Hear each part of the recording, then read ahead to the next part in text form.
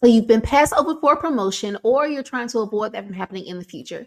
Here's what you want to do to make sure you are positioning yourself for growth forward and not going backwards. If you haven't subscribed to this channel just yet, I invite you to hit the subscribe button and also hit the notification bell to make sure you don't miss any future videos from me on ways to elevate your HR career. I know firsthand how it feels to feel like you're ready for that very next step in your position, whether it's a new title, whether it's a promotion, whether it's a salary adjustment or any other adjustment, and to get initially rejected. When it happened to me, I felt so defeated. I thought that my work was speaking for me. And so when I got that initial no, it was a big fat no, not really. It made me question everything. I wonder, am I in the right profession? Do I know enough? Do I need more certifications? Do I need more education? Like, what is it that's keeping me stuck? After that initial no, I had to reset and recalibrate. And I started doing things we're going to talk about in this video, things that I help my clients with as well, to make sure that I position myself appropriately. Does this work? Absolutely. I've gotten 5 unique promotions since that initial first no, and I help my clients to do the same. So if you are ready for this, make sure you get your notebook, something to write with. I'm going to talk about some questions you want to ask yourself in this process to make sure you're moving forward on purpose. Question number 1, where are you right now? So think about it this way. What do you bring to the table? Yes, you may be an HR manager. You may be an HR director, an HR generalist, whatever your title is.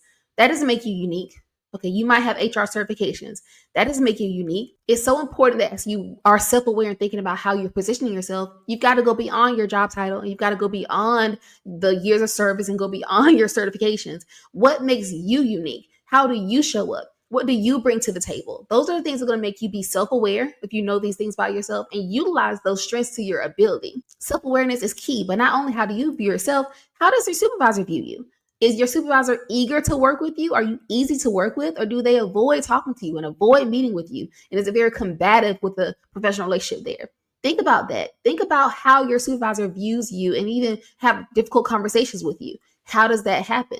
Again, without a clear understanding of the value that you bring to the table, without a clear understanding of who you report to and how they view you, it's going to be very difficult for you to get forward.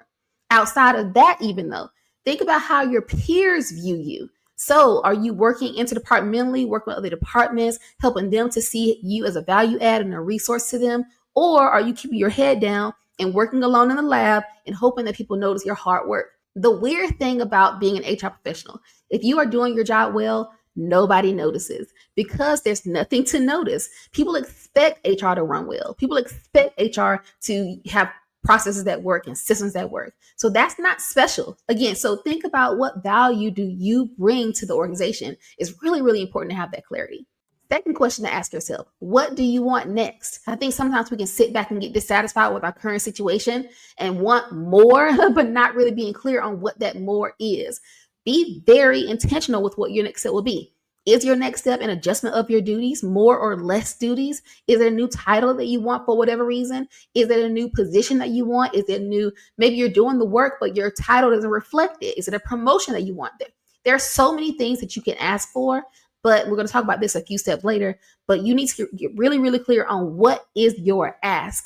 Again, you can want more, but I challenge you, define what that more is for you. Understanding your why is so valuable because it's going to help you to stay motivated. If you've got a superficial why, that why can be here today, gone tomorrow, and it's not going to keep you sustaining you to make sure that you are going forward with purpose. Again, if you get that no and your why is flimsy, you'll go back on that why, or you'll forget about that why, or you'll choose another why.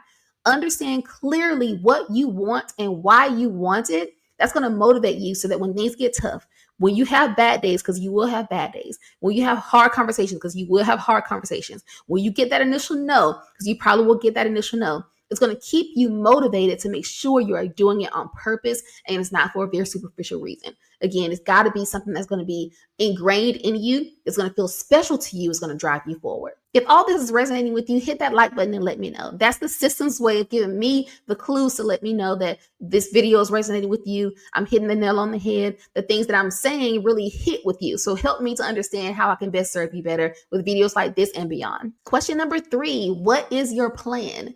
So you know what you bring to the table. You know where you are right now. You know where you want to be. So you know where your goals are. What is your plan to close those gaps? So again, to get from point A to point B, or whatever that next step is for you, what do you need to do? Whether it's building the technical skills for the job, whether it's building relationship skills necessary for the job. You need to understand where are you in your career right now and what is lacking, what area is most lacking. I like to think of the HR professionals' careers in those two categories, technical skills or relationship skills, because you need both. And if you're over balanced in one area or the other, you're not going to have a very fruitful conversation or very fruitful career, actually, because it's going to be one-sided. You've got to be well-rounded so you position yourself appropriately. Another great reason you want to put a plan in place because it helps you to understand what the shiny objects are going to be to avoid them.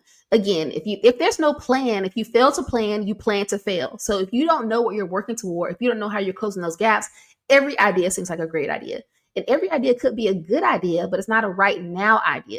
So get a plan in place so you can make sure that your energy, your effort, your time, your attention, which is very limited because we're all people outside of our full-time jobs, you want to make sure you're able to target your attention in the right way and avoid shiny object syndrome. Whether it's your technical skills that you're lacking or your relationship skills that you're lacking, you need to know where you fit on the spectrum to make sure you are building yourself up intentionally.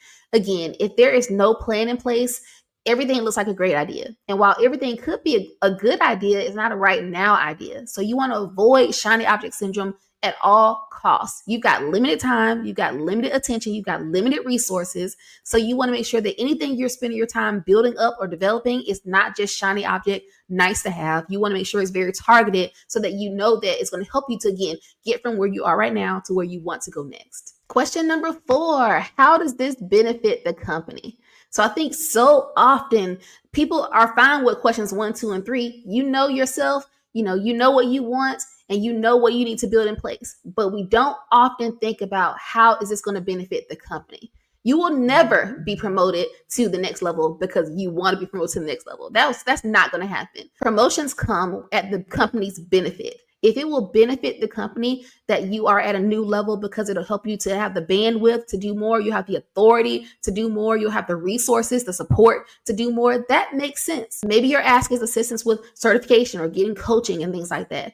If that benefits the company because it helps you to become more informed, help you to have a foundational base of knowledge, help you to have best practices to work from, that's the powerful ask. Asking for something that's only going to be a personal goal is easily to get shot down because, again, it's only benefiting you. And what company is in business to make their employees happy only to their detriment? That doesn't make sense.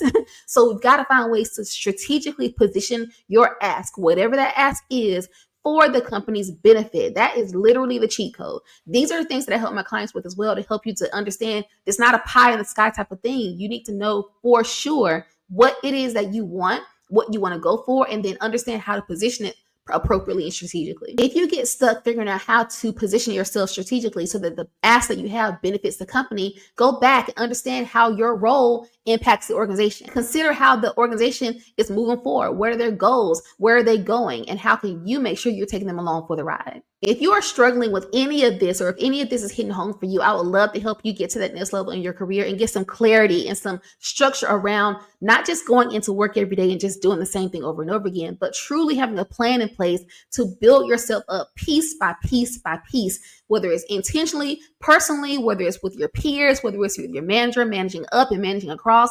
This is the work that I do.